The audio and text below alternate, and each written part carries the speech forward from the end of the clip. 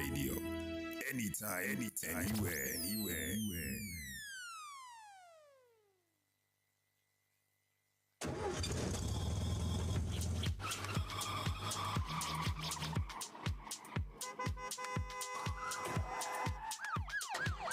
Our journeys through education take many routes from our early years to university. Academic Crossroads is here to explore key elements to help equip you along the way. So join us and our special guests as we also discuss the expected and unexpected paths, including all the challenges and triumphs while gathering your academic top tips. This is Academic Crossroads with your host, Dr. Lianje Adeyemi.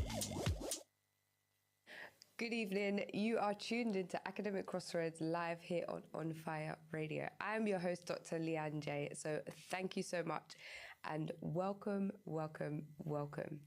So last week we were delving into early vocabulary development, what it means, why it's important, how you as parents, aunties, uncles, and significant others in children's lives can help them develop their vocabulary. And today we will be going into some questions that have come up. So if you have any more questions relating to vocabulary development during early childhood, please drop them in the chat.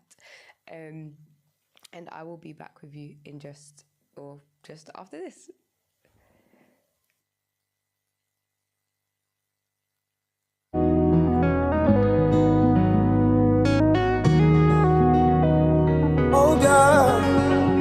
Life is a journey filled with hills and turns. Lord, you don't fail me, brought me through the worst. Honestly, feel like the road is long. Give me the strength, Lord, to carry on. Sometimes I weak, but I must be strong. That's why I decide to sing this song. In my life, me not give up, no down, no I will rise. I'm gonna shine.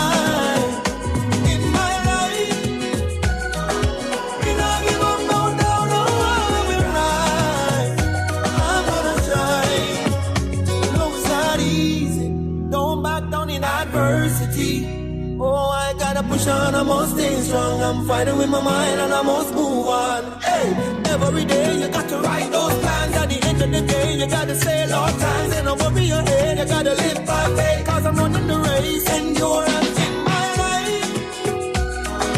We don't give up, no doubt, no I will rise. I'm gonna shine in my life. We don't give up, no doubt, no I will rise. I'm gonna shine. Oh, I'm shining bright, I'm shining bright. I thought I would have died, but I made it. Shining bright, I'm shining bright. Brighter and brighter and bright, I'm shining bright, I'm shining bright. Not giving up, no, I'm not turning back now. Brighter and brighter, yeah, in my life. We don't give up, no doubt, no I will rise. I'm gonna shine in my life. We don't give up, no doubt, no I will rise. I'm gonna shine. Oh, I'm shining bright, I'm shining bright. I thought I would have died, but I made it. Shining bright, I'm shining bright. Brighter and brighter and bright, I'm shining bright, I'm shining bright. Not giving up, no, I'm not turning back now. Brighter and brighter, yeah, in my life.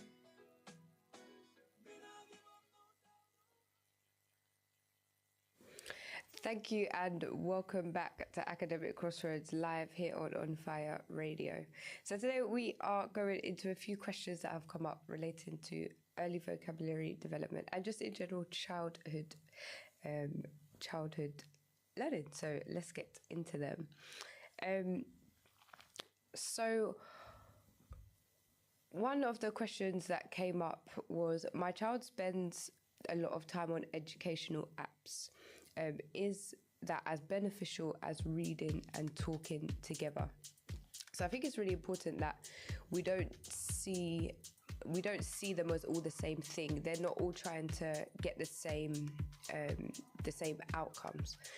So when we're thinking of talking with children or talking with others, then we're really thinking about actually helping children to understand, in some ways, the foundations of conversation. It's not all about the words themselves. It's about actually helping children to understand the foundations of conversation, helping children to understand tone, helping children to understand, actually, in a conversation, one person talks and then the other talks. You respond to each other with facial expressions, with, little ad-libs sometimes, with it might even be laughter. And so it's helping children understand all of those elements as well as the vocabulary. And so when we're reading as well, it's helping children to hear different expressions, helping them understand, and this is the same as conversations, helping them understand that when you ask a question, the way that you would enunciate yourself towards the end of the sentence compared to if you're making a statement. And so they all play different roles and they can all be beneficial, but they're all beneficial. And whilst there's some overlapping for different reasons, and you can use them as well in different ways to bring out different things. Now, the one thing we have to consider around educational apps is that means that it's screen time, isn't it? It's increased screen time. And a lot of the time when children are watching screens or using screens, even if they are educational apps, they're often sedentary, they're sitting down, and then they're engaging with the apps. And the way that some of these apps are built, some of them are a lot slower paced. They don't have flashing lights every second, and they don't sort of give like very instant rewards all the time to shorten attention spans, and to give children that sort of instant, I guess, how would I term it, that instant feeling of, yes, I've achieved something. Some of them you have to work it out. You have to, yes, you're gaining stars or something like that, but you're gaining it over time. And we have to think, when we're thinking about using educational apps, that actually, are these helping to support my child's learning? So I think children using educational apps, it should be at a certain stage and a certain age, because if you haven't taught them the foundational principles, then they're almost just going to look at a screen to figure things out. So if you can really solidify and cement that learning initially, and then use the app to help them explore what they already understand further and help develop that further, then that can be really beneficial to them. And a lot of these apps nowadays, they've gamified learning, essentially. So there are some apps that really literally, they even say choose the game that you want, whereas other apps, you could probably liken them more to a child sitting down with a textbook or an exercise book and having to go through all of the activities in the book. You could sort of see more similarity there, whereas others, it's literally purely, it's games. That's how the children are engaging with the app. And so it's more about, you need to just consider that as well. Consider what that means. Them spending lots of time on these apps means they're spending a lot of time sedentary. They're spending a lot of time on screens, and so we need to consider the impacts that can also have long-term development as well for children. And I mean, if you're helping your children learn numbers, you can run around with them outside. You can count up the stairs. If they're learning letter sounds, you can do a lot of activities indoors and outdoors with them, because children learn a lot through play, especially younger children. They learn a lot through play, and you can be intentional about the play. It doesn't necessarily be just wander off and play, but you can be intentional about the play. You can be intentional about what you've put out for your children to play with, to help with that learning as well. So you have to think, what is this tool being used for? What am I trying to get out of using this tool? And also, if children are on educational apps, are you sitting down with them, doing those activities as well, and helping them navigate through that? And that's also something to consider. So, good evening, Steph, Mama Nobu, goodness. Thank you, Lisha. Thank you all for joining me here this evening on Academic Crossroads. If you have any questions that you'd like to ask, please do drop them in the comments throughout the show. Good evening, Rodney. Thank you for joining us.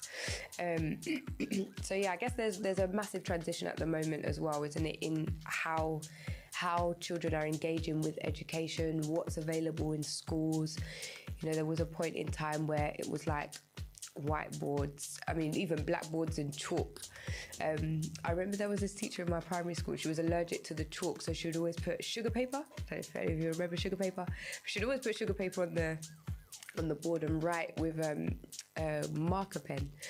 And so going from early experiences like that to now having all of these interactive whiteboards, apps, children just sit in class sometimes on iPads and stuff like that, there's been like a massive shift. So I think even as parents, we have to understand that our children are not being educated in the same way that we are, and so their experiences are very different and going to be very different to what we experienced.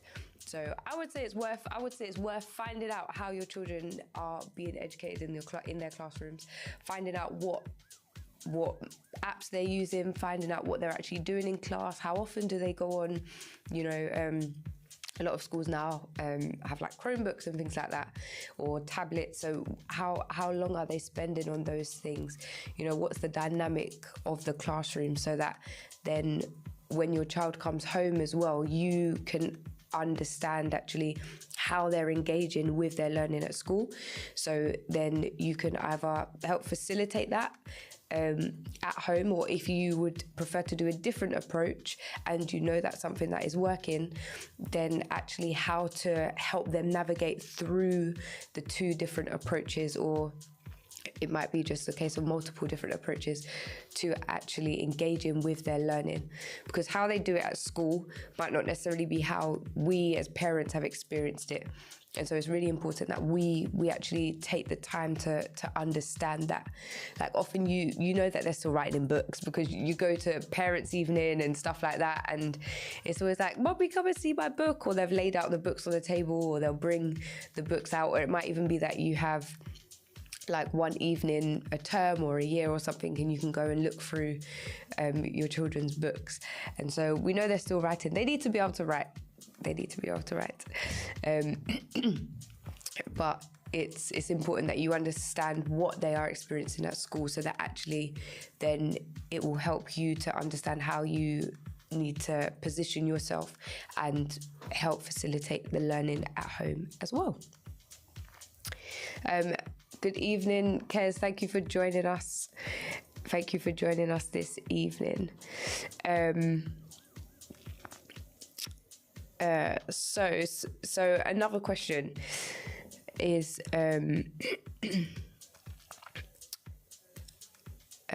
was about having a bilingual household. So it does speaking to children in multiple languages confuse them. So there's a lot of research out there that would actually give props to those of you who speak. Unfortunately, I don't speak more than one language, maybe dribs and drabs, bits here and there, but I speak English. And there are many studies that show the benefits actually of children being bilingual and being exposed to more than one language, in terms of brain development, cognition, actually their attention, and loads of different areas of learning really benefit from children actually being bilingual. Or it might not even be bilingual, it might be multilingual. You might speak more than 2 languages. And so whilst children in the earlier stages, you might find that when you're speaking with them, they might merge the 2 or 3 or 4 languages. And so it might be that actually they say certain words in English, for example, and then maybe if you were speaking Spanish or something, they would say certain words in Spanish. But as they grow, if you're consistent with it, then it can be really beneficial. I know there's households, the way they do it, there's certain cultures as well, once they pass the threshold of the house, they speak their language, and that is all they speak in the house. And then when they're outside, when they go to school, then they can speak. If you're here in the UK, it will be English, or here in England, it will be English. And so some families set it up like that. Families do it very differently. It's not in my household, unfortunately. I didn't grow up with it, so I couldn't necessarily tell you the best way. And I think within the research as well, there are loads of different ways of doing it. But if you do speak more than 1 language, I would implore you, please teach your children and speak to your children. The younger children are, the easier it is to pick up the language and for them to be actually able to integrate it into their vocabulary. If it's something you're starting a little bit later, maybe not from birth, then it's still possible. Mama Nobu, you said, this topic reminded me of my granddaughter's early years. When she was in nursery, her teachers noticed that she didn't talk much. A simple gift from church alphabet blocks and children's books. Okay, so Mama Noble, is this in reference to her speaking more than 1 language, or was this just in reference of her having activities and toys to do in terms of to help her and speak with her? Oh, okay, you finished, sorry. I spoke too soon. A simple gift from church alphabet blocks and a children's book changed everything. Her mother spent time reading and playing with her daily. Through those small, consistent moments, her vocabulary grew, her confidence blossomed, and today she loves reading books. That is amazing. That is so amazing. God bless the person who gifted that to your granddaughter, and that's it. So you have there's the resource. I think that this touches on something really important. There's the resource side of it, but then, as Mama Nobu said, her granddaughter's mother, so her daughter, her granddaughter's mother spent the time reading and playing with her daily. And you see that actually, whilst the resources are important, the resources give you the tools, right, to be able to go and do. But actually, you need to, as a parent, actually take the time to invest and use those tools and utilize those tools for them to actually be effective, and for them to be a way of actually helping and supporting your children. Now, reading daily is so important, and also play.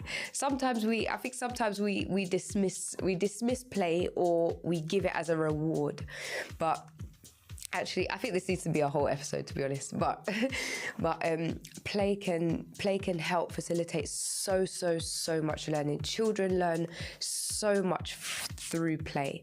They learn so much through play, and whether it be communication with other children, whether it be taking turns and sharing, whether it be vocabulary, children learn so much through play. So if you are a parent, I would again implore you, please take the time to play with your children. You can be intentional about the play. It doesn't mean that, children just go off and play anywhere and do anything. No, you can be intentional about the play. Be intentional about the resources, the books, the toys that you're playing with your children for, you know, whether it's you're using blocks to help or threading, you might be putting string through pasta or something like that. It might be that you're building blocks, but even though it's play, they're having fun, they're enjoying it. They're building up their fine motor skills, you know. If they're building up their hand-eye coordination and their concentration, their focus, their attention. And so all of this play can be really beneficial to their development and can set really, really good foundations for them very early on that actually will benefit them in the long run later on in life. So thank you for sharing that, Mama Nobu. Thank you for sharing that. And also what you start when they're young. if you start reading, Steph, you said, and she can talk a lot. She can talk a lot. And now we see some of the foundations of that, right? But what you also said about her confidence blossomed, like it's so beautiful to see when children are able to, when they have the words and they're able to actually communicate what it is that they want to say, then they can be more confident in the spaces that they are in. It can really help them as well with their social skills. And so if you as a parent if you don't have the time, or you feel like you don't have the time, then let's make the time. You know, you don't get the early years back. These early years are so pivotal to children's development and how they excel later on in life. And so actually, if we can spend the time and make that sacrifice now when they're younger, for those of you that have younger children, if you can make the sacrifice when they're younger, then actually it will serve them. It will serve them very, very well as they get older.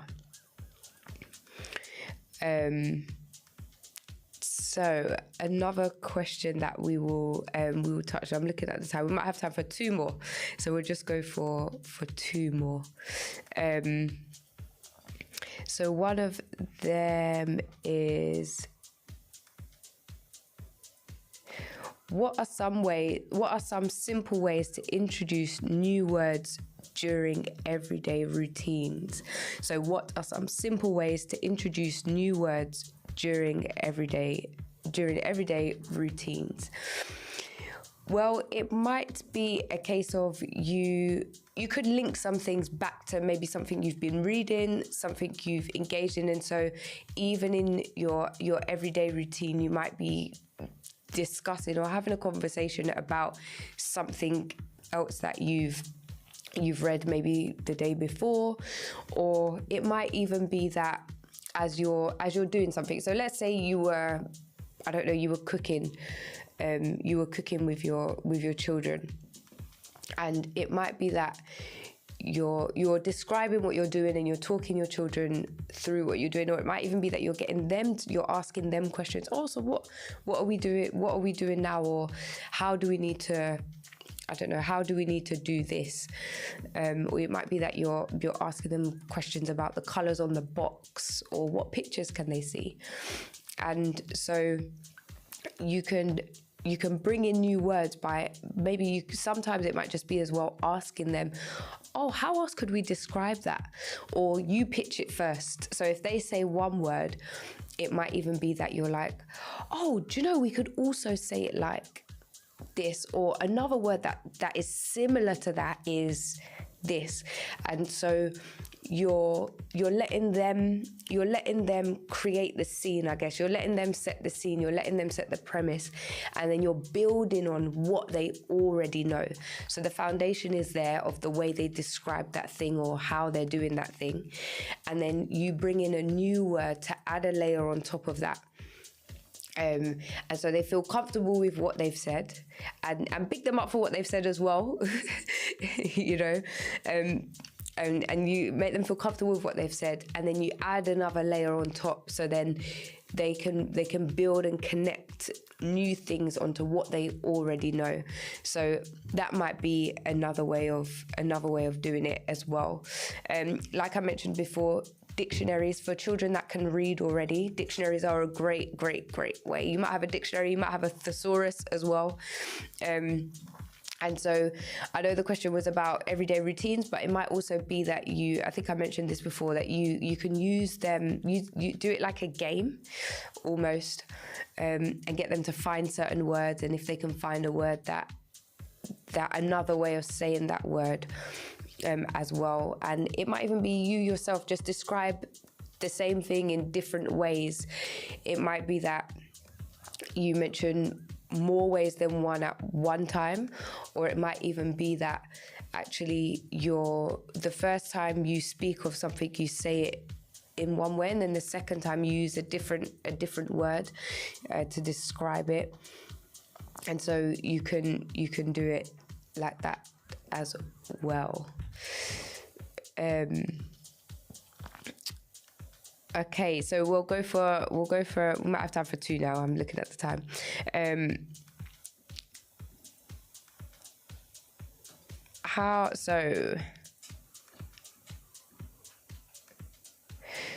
So one question was,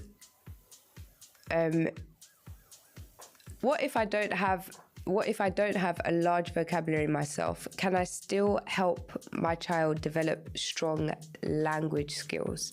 Yes, you can. So like I mentioned as well, it's not just about the vocabulary.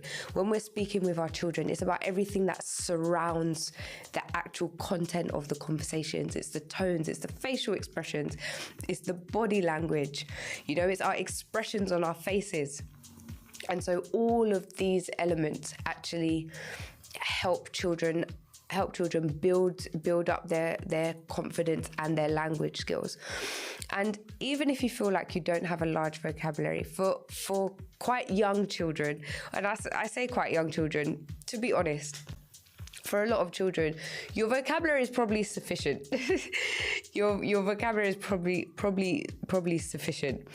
And when you say large vocabulary, you also can think of it that actually what is representative of a large vocabulary. You can hold conversations, you can have conversations about the meaningful things that are in and around your lives, within your homes, where you go to, your work, and other things that are your interests and what you're interested in. And so I think don't downplay yourself when if you're there thinking that, oh, my vocabulary is not very large, like I don't really know a lot of words. I think you're downplaying yourself, but also on your part as well.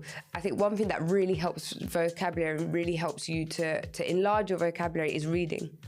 Take the time to read your Bible, read fiction, non-fiction books, read books related to your field of work as well, if it's helpful. Sometimes we don't feel like we have the time to, sit and read a book, and because we're rushing here, rushing there, doing this, doing that. But if you're blessed to have a commute to work, and you're not driving, then take a book with you. Read on the way. If it's not that, read an article. Read. It might be a scientific article. It might be an article from an organization that's just been released or something like that. And so just read as much as you can. If your commutes are long but you drive, audiobooks. There are plenty. Majority of books nowadays have been translated into audiobooks. The Bible is in audio version pretty much everywhere. You also have different platforms as well that you can use to help you listen to your books as well. So if you want to expand your vocabulary, then you yourself as well, just like children, you have to be exposed to more vocabulary.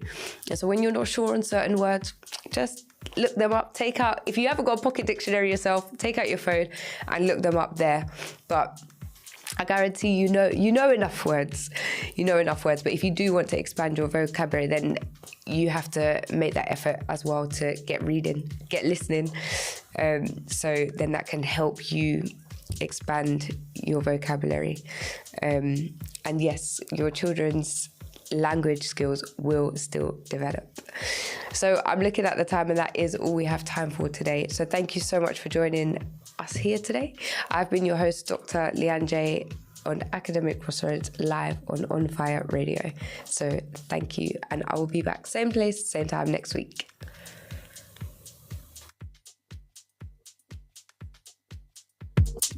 You have been listening to Academic Crossroads. Join us same time next week for more academic top tips with your host, Dr. Leanne J. Adu-Boahene.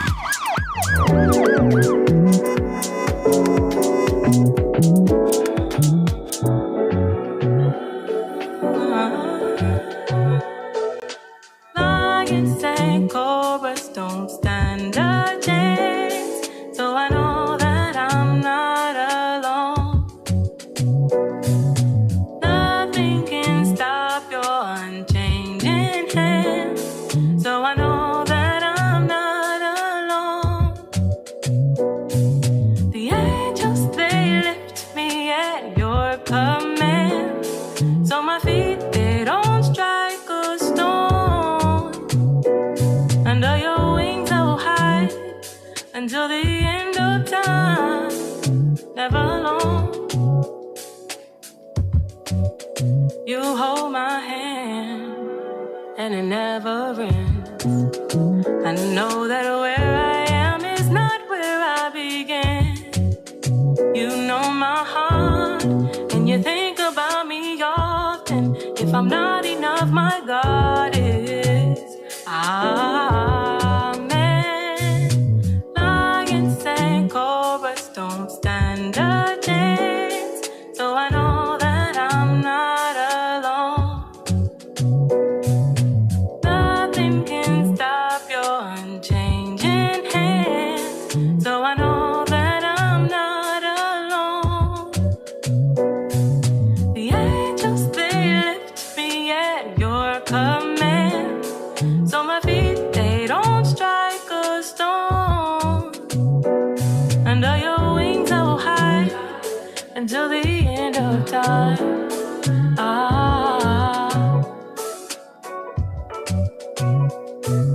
Be strong and courageous. Don't look at the people's faces. My God is good, He don't forsake us. I am living proof to say this. Be strong and courageous. Don't look at the people's faces. My God is good, He won't forsake it. Lions and cobras don't stand a chance. Nothing can stop your unchanging hand.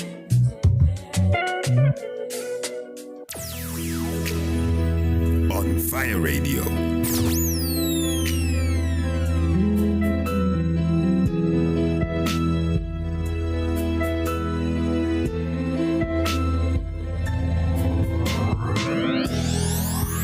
Fire burning in my soul.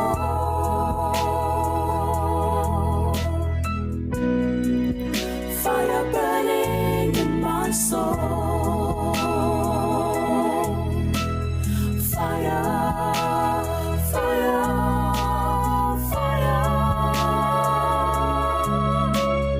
Fire burning in my soul.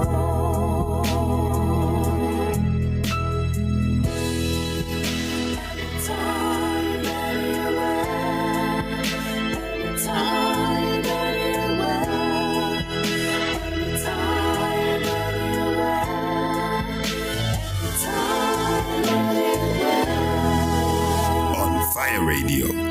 Anytime, anywhere.